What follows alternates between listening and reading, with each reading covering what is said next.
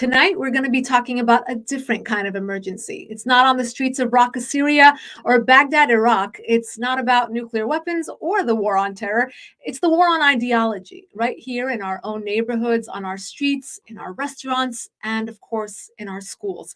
They're the rapidly changing and strangely sticking new norms that have many of us worried and asking, how did we get here? What's coming next? And will we ever go back to our normal? Curriculum changes, mandates, indoctrination. Oh my. Welcome back to the Foreign Desk Podcast. I'm Lisa Daftari. We are joined tonight by conservative commentator, writer, and podcaster Elisha Krauss, who is currently the host of the Washington Examiner Newsmaker series, contributor at Ben Shapiro's Daily Wire. And many of you may know her from her morning radio show here in Los Angeles with Ben Shapiro. Welcome to the show, Elisha. Hi, it's so good to be here, especially mom to mom. I'm glad that we connected. Exactly. I've been wanting to have you on for a very long time. I know you can talk about absolutely anything. You're as brilliant as you are beautiful, but not only as a commentator, author, but because you are a wife and a mother of three. I can't wait to really dive into a lot of these parental emergencies, as we're calling them tonight. I wanted to start right there. Obviously you have a finger on the pulse of so many of the issues, sociopolitical and otherwise, in our country right now, both professionally and more so personally. What's keeping you up at night right now? I think the state of our state, it's kind of interesting how Gavin Newsom has been MIA now for 2 weeks. And we once heard when Senator McCain was running for office and when Mitt Romney was running for office, and then when George W. Bush and Donald Trump were president of the United States, that the health and private lives of our politicians was very important. But Newsom can just cancel things and not be around for 2+ weeks now.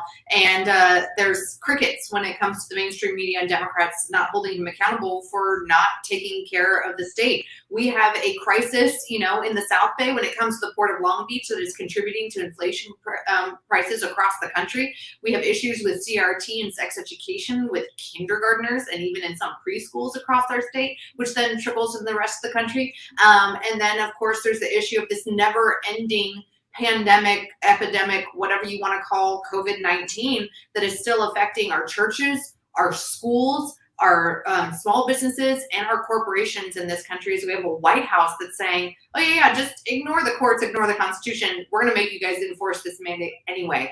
I often say I was no fan of Jerry Brown, but the guy was infamously right when he said, as goes California, so goes the nation. And I think that that's why we decided to stay here and stick it out, because I want to save the rest of the nation from making the same mistakes that California has. And I want to see California turn around and not continue to make these awful mistakes and continue on this left-wing trajectory.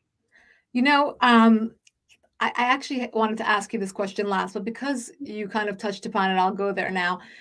Why? I mean, what's the root? I mean, my husband and I always debate this. He says it's just a different perspective. And I'm like, you're naive. If it were truly their perspective, they would abide by it. So Gavin Newsom makes rules and mandates. His own family should abide by them. They don't truly believe what they're telling us to do with our kids and our families, do they?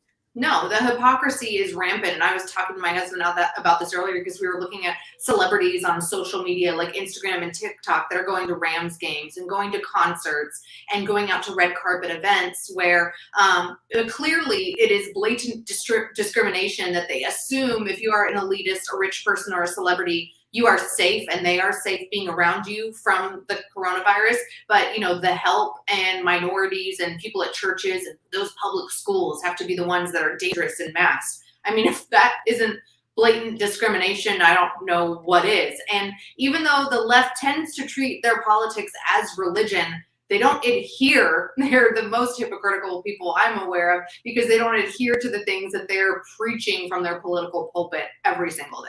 So what's the end game for them? Why do this? Why divide the country on these? Control, because they can get away with it. They have gotten away with it, and they're going to keep pressing to see what they can continue to get away with. That's my opinion.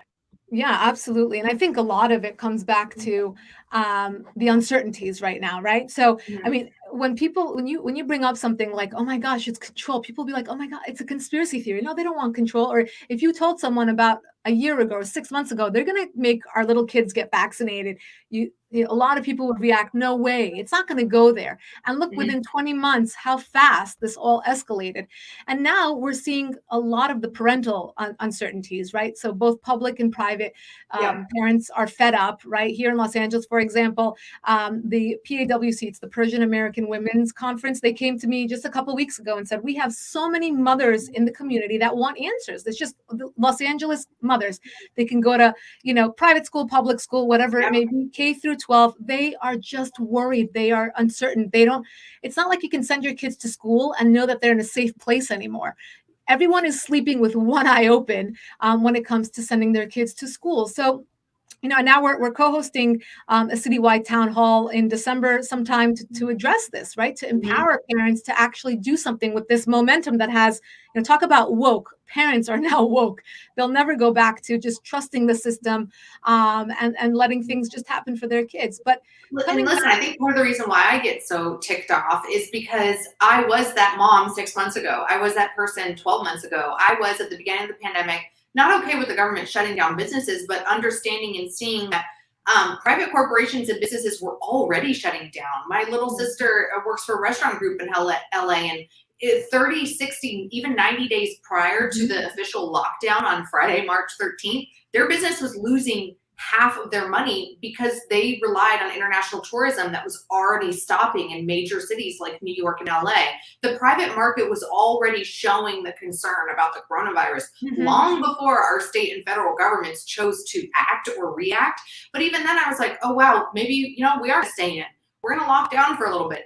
I don't want, our hospitals to be overwhelmed. And I had other friends like Erin Jin, I think is probably one of the most famous ones, say, no, this is ridiculous. We shouldn't do this at all. And really struggled with the data at the front end and what little we knew about the virus to determine what the right thing to do was. And I think as time goes on, I become more frustrated that the goalposts keep moving and that the science is not being followed by our leaders. And I think that you just saw in Virginia, there was an uprising of women that have been voting Democratic candidates for a very long time, recognizing that their children's lives and educations are very important because their education sets them up for an economic successful future that teachers unions and Democrats have robbed of them during this time.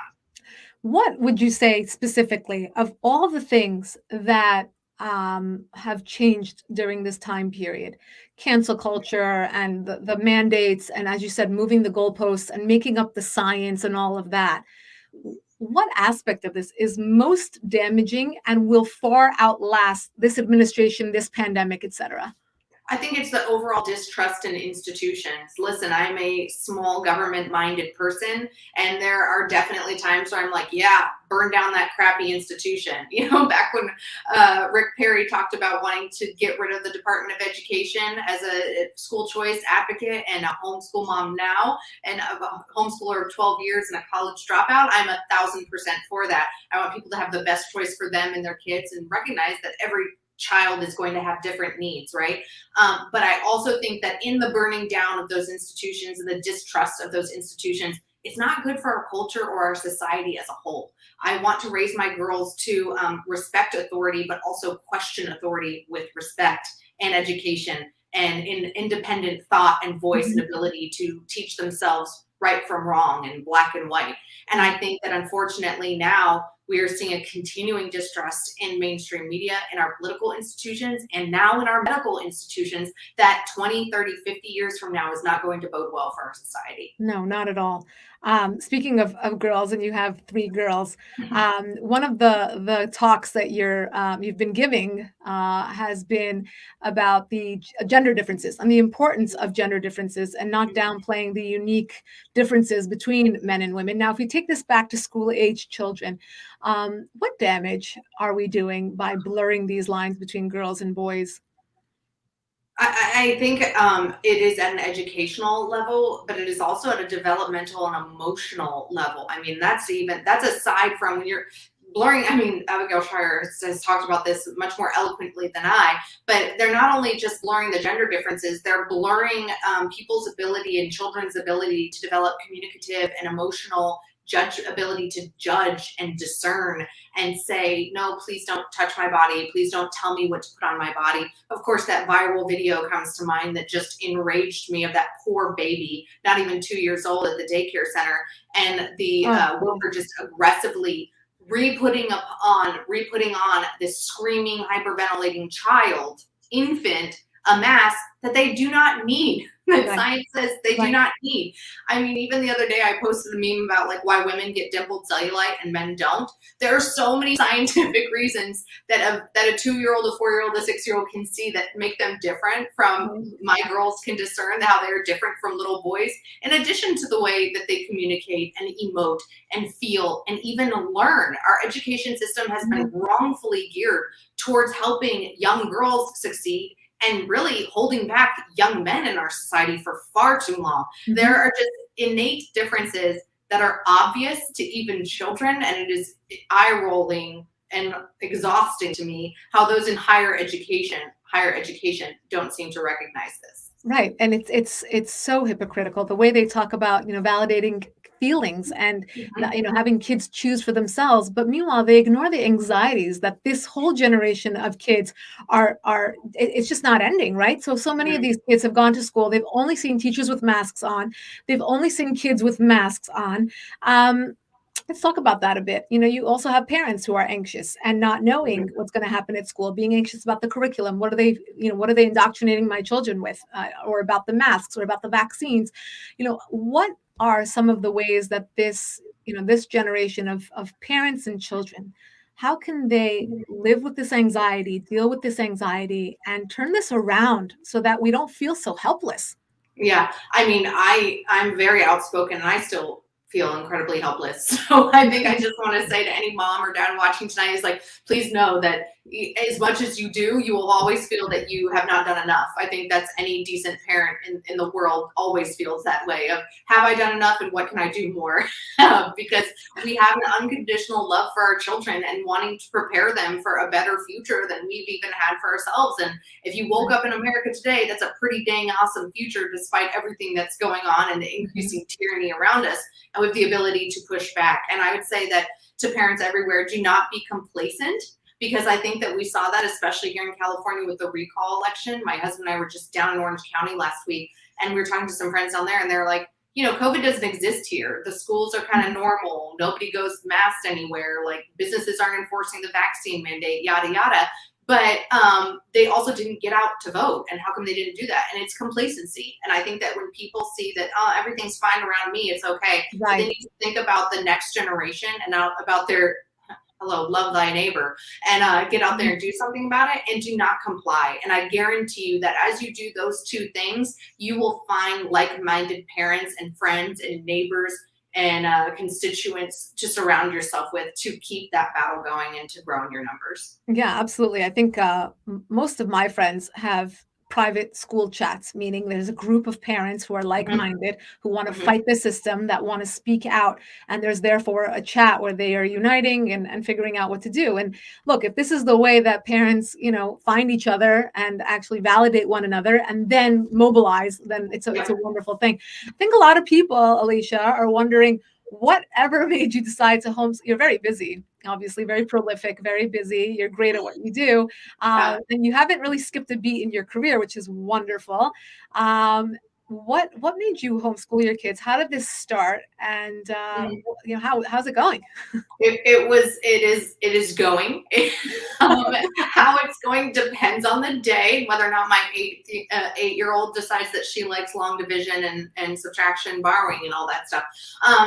So hand it to all of the moms out there who homeschool, and some dads too. I know a few stay-at-home dads that homeschool as well. And just to all the parents in general that had to do kind of a weird distance learning virtual thing, and some still are, and struggling with abbreviated hours at LAUSD schools. There's a lot of parents out there that don't have the option to send their kids to private schools. I know some private schools that are refusing these horrific and anti-science mandates, and then I know other private schools that are still enforcing them. I decided to homeschool because we sat down with our 8-year-old last summer and said, hey, do you want to go back to your little Catholic school that you were going to, or do you want mommy to homeschool you again? And she said, am I going to have to wear a mask? And we're like, yep, it's looking like it. And she's like, I don't want to do that crap. I want to be homeschooled again. You're really raising a little warrior. I love it.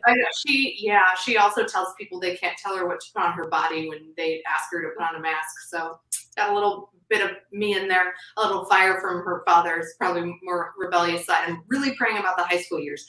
Yeah, exactly. And I love that part of her personality, but I also recognize that what I'm doing, I'm able to do because of the freedom that I have, the financial freedom and flexibility that I have with the work that I do, and with my husband who's supportive in that. And it takes the whole family to be involved. I'm also, doing a preschool curriculum with our 4-year-old. The 2-year-old listens in on things and it's just picking it up like crazy. There's so many pros to homeschooling, but there's some cons with it too, especially in a place like Los Angeles. And so I look at each of my girls and I recognize the importance of individual student first and parent first freedom when it comes to being able to choose an education that's best for their child, because I don't think every kid or even every family is the same in their needs of their children's educational future. I want moms specifically to be able to choose what's best for them and their kids. Sure.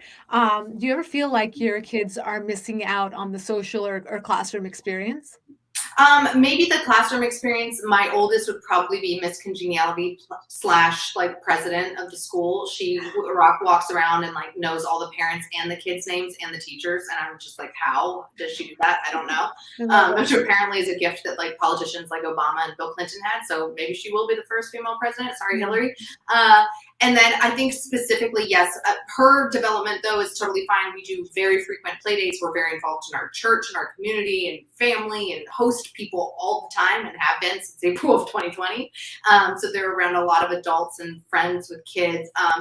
But I have seen how it has affected my 4 and my 2-year-old developmentally, this whole lockdown and the way that they process or kind of get anxiety when someone even goes away of, well, when are we going to be seeing this person again? And are those plans going to be canceled because of COVID?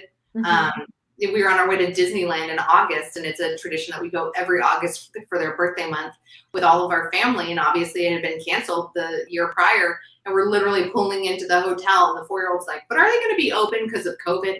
And I think that people do not recognize that in the developmental stages of children, that's really dangerous. I have friends that work to try to support foster families and adoptive families, specifically here in Southern California. And there's data that shows that young foster kids, especially ages 14 and under, they need to have some connection with somebody. They need to open up, have an opportunity to trust the people that they're working with, or therapists or teachers or a school nurse, to have somebody that is a required mandatory reporter to report their struggles and their hurts and their issues with. And when you remove 90% of a person's face, and a 12-year-old girl isn't able to discern whether or not she trusts somebody, that's really damaging to her future and her physical and emotional development. But why isn't this data, why isn't this trumping this very thinly supported science? What you're saying is so extremely important. They're formidable years. I think really because if you turn on the nightly news, whether it's Fox LA or NBC or anything else, the headlines are the things that are the most fear-mongering and fear-inducing. They talk about the deaths. They talk about the level of unvaccinated and how dangerous and inhumane the unvaccinated people are. But they're not talking about the statistics of, thank God, in this country now, unless you have a handful of underlying pretty awful comorbidities, you're going to be okay from this. That your kid is unfortunately more likely to die if they're not properly buckled in a 5-point harness car seat than they are, going to preschool unmasked and unvaccinated, because the facts are not being driven here. It is fully fear for clickbait and ad dollars. I mean, it's so sad. I mean, when the conversation comes up, and I have this all the time, especially in blue states, right? So we're in California. A lot of our viewers are in New York or, in DC or wherever, but a lot are in Los Angeles, right here in Southern California. And whenever the conversation comes up, people tend to say, you either have to homeschool or move, meaning move to a red state, right? So you have that freedom. Is that the only recourse we have? No, and I would actually chastise people who say that to then how do you win?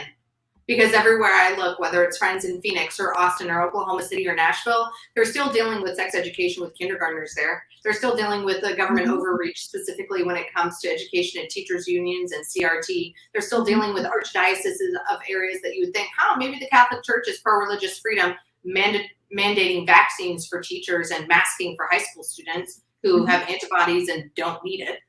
The list can go on, and that if we keep retreating, then you surrender any opportunity to gain back the institutions that you say are so important, like higher education, like entertainment, like finance, like fashion. And those areas all trickle into politics and all fund politics, by the way. A lot of money comes from New York and LA when it comes to funding left-wing agendas. And if conservatives want to, have anything to conserve, then we need to be encouraging people to get involved in STEM and in all of those other areas in which I mentioned, and not giving up and putting up a line and saying, this line shall not be crossed. We're going to make gains here, and we're going to turn this state around, because as goes California, so goes the nation. Right. And what's interesting is you mentioned conservative many times so far. And of course, that's, that's of course where a lot of these arguments stem from. But when we're talking about our kids, when we're talking about that curriculum, when we're talking about, introducing the sex ed too early, we're not saying we want our kids to, be just naive for the rest of their lives and innocent the rest of their lives. Well, it's just too early when they're 4 years old to be introduced to a lot of this stuff. So we're talking about CRT, we're talking about sex ed being introduced too early. We're talking about a lot of things where either they're independent centrists rather, or libertarian, or they lean left. They don't want this for their kids. So how do we bring in both sides of the political aisle? How do we not make this a conservative issue? Not that we're not proud of our conservative views, because obviously, again, this is where it stems from. That's why we're grounded in all of this. But how do we open this up to more people so that we have just a bigger force? I think that's something that the conservative movement has done for too long, that now it's interesting that as the conservative movement moves towards accepting more people that don't agree with us, 99.9 or 100% of the time, leftists have moved the opposite direction and are now ostracizing their own. When you have people like Dave Rubin coming over to our side, or Bari Weiss, or other people that are free thinkers, even for some like feminist, libertarian, hardcore, pro-abortion Instagram influencers I follow, but they're anti-vaccine mandates, and we can support and follow each other on those things, even though we disagree on 90% of other things. I want people to be able to research and be fact finders and freedom thinkers, even if we don't agree on everything. And I think that our generation has done a good job, and I hope continues to do a good job, of welcoming a broader coalition of people to be freedom fighters with us and to get government out of the way so we can just succeed. Like, we can succeed on our own. Especially, I think, people tend to ignore the she session and how it's really hurt women over the last couple of years. And they keep pondering, oh, wow, how come so many women have left the workplace during COVID? Or how come so many women have lost their jobs during COVID? Because big government sucks at helping women do what we want to do personally and professionally, and just needs to get out of the way. Right. And if there wasn't such a stigma of these being conservative issues, I think we would have a lot more people signing up to it. And obviously, Virginia, as you mentioned earlier on, is a great example of that. Going to the Virginia example, I think a lot of people are watching these viral videos of parents going to school board meetings and speaking their piece, right? Obviously, the most symbolic one being in Loudoun, Virginia. Do you think that these viral videos or these scenes have a backlash effect as well, where parents think to themselves, well, I'd rather just be under the radar than be, kind of be stigmatized at my child's school? Yeah, I think it depends on the parent. And I think, circling back to earlier in the conversation, when you talked about the group chats that people are a part of, whether it's at a public school or a private school, I think that as concerned parents, you can maybe nominate or delegate one of the most outspoken, fearless among you to represent you, to go and say, I've talked to this many people, and honestly stand up at that podium and address the people. But I think that I go back to do not be complacent and do not comply. It can be a little weird to get outside of your comfort zone. I've talked to an introverted mom just the other day on Instagram, and she was like, but I'm doing it, I'm going, and I'm going to be shaking the whole time because I hate public speaking, but I have to do this for my little girl. And I think that you see a lot of parents that are actually seeing those videos and are like, I can relate to that. And if that guy can get up there and say something, or that mom can get up there and say something, so can I. Never underestimate the power of your voice and how many people, especially the people that cannot speak for themselves, and your children really cannot speak for themselves, and it's your duty as a parent to speak up for them. It's amazing. Exactly what you say about in each group. It's like that. So many individuals say, well, I'm not well spoken, or I'm not an attorney, or I'm not a doctor, so I can't speak to X, Y, and Z. Even better. Even better though. Because if you don't have to be that person, your opinion still matters. And shame on a society that tells a stay-at-home mom or somebody that isn't used to being a trial lawyer or on TV every single night that they don't have a right to stand up. Screw that. Yeah, absolutely. Absolutely right. And looking at the Virginia example, they're talking about how, they're beating themselves over the head, right? How did we let the Virginia governor's race turn like that? And obviously, as you said, it was moms who were just fed up. They didn't vote by red or blue. They voted with, looking at their children, and they were fearful. Looking at even what the Democrats were touting, I hope that Randy Weingarten and the teachers unions come to every single important state and help us flip it. Because people have recognized that even though they claim to be for the children, we have seen for over a year and a half how that definitely is not the case. Exactly right. Exactly right. But now we have this force of, like you said, just, and I don't want to use the word average, but the concerned parent, right? The concerned parent who says, look, I'm roaring to go, but I don't even know what to do first. I don't know how do we take this momentum and really seize it to take the next steps? I think that through all of this, it has been a lesson, a civics lesson that our public schools have failed to teach generations for 30 plus years now, that local politics matters.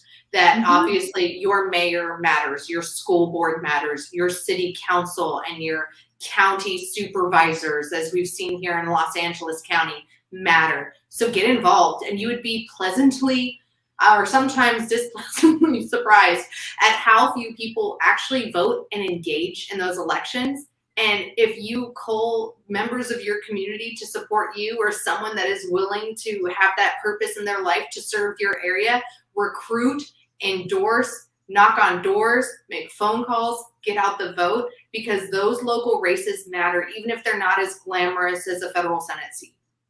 How about concrete examples or tangibles, homework assignments? I don't know, whatever you want to call them, because you have all these homeschoolers at home. So what's the task sheet for the parents who are watching and saying, I want to be Elisha when I grow up. I want to do what she's doing, and I want to make a difference. And they cannot be more motivated right now, Elisha. That's the blessing right now, right? So what do they do first? Give them a checklist of items. Oh, I would say number one, just make yourself aware of what's actually happening with your child's education and making a decision that is best for you and your children. And if you choose the route of homeschooling, that is a massive sacrifice and a huge influence on the next generation. So more power to you, but I understand it's not for everyone.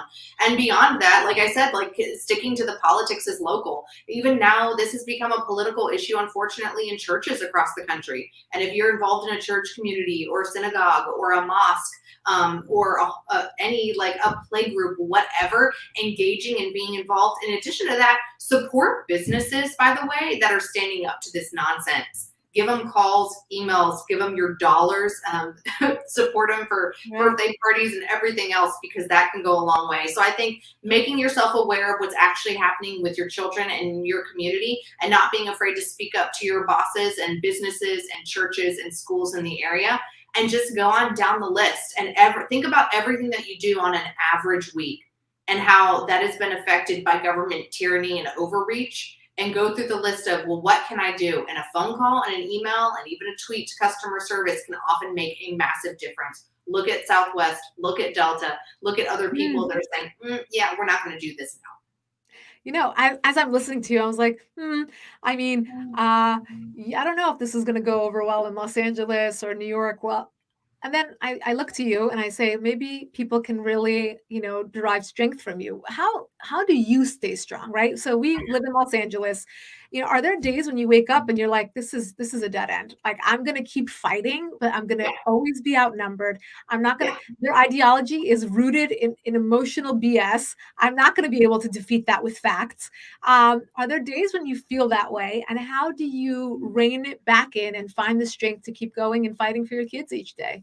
I think just my love for them and looking at them, and really, I'm empowered by speaking up for those moms and for those kids, specifically the downtrodden that Democrats claim that they care about, that they have totally abandoned during this time. The kids that I see walking into an LAUSD school with a D rating, 80% English as second language, that's overcrowded, and a principal that has never returned a phone call, a door knock, or an email that I've sent. And I live in her district, and my kids should be going there. But a private school around the corner that's 50 grand a year has fully armed, unmasked security, teachers, and students. I want equality for all of the kids in this area, and across the country. And I want them to have the choice. And I want women specifically to have the choice. And so it can be discouraging. There's a lot of days I wake up, but I pull from history and I pull from biblical stories. It took a long time and a lot of walks around Jericho before the walls fell down, and people are pointing and laughing at them. So people want to point and laugh at me, go right ahead. I'm used to it.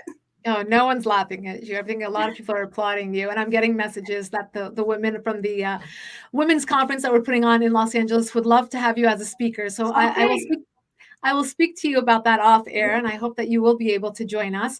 Yeah. But you are an inspiration. You give me strength, and I'm so happy to have you as a friend more than anything else, but also to have you on the show and to really thank you. Thank you for the inspiration. Thank you for the motivation. Thank you for the concrete and tangible path that you put in front of us in order to fight this as a team, to really pull together and do this. So I thank you for being with us, and we hope to have you back on soon. For the rest of you at home who would like to subscribe to our weekly podcast, go to youtube.com/Lisa Daftari and just sign up for our daily top 10 email. Go to foreigndesknews.com. We'll see you all next week.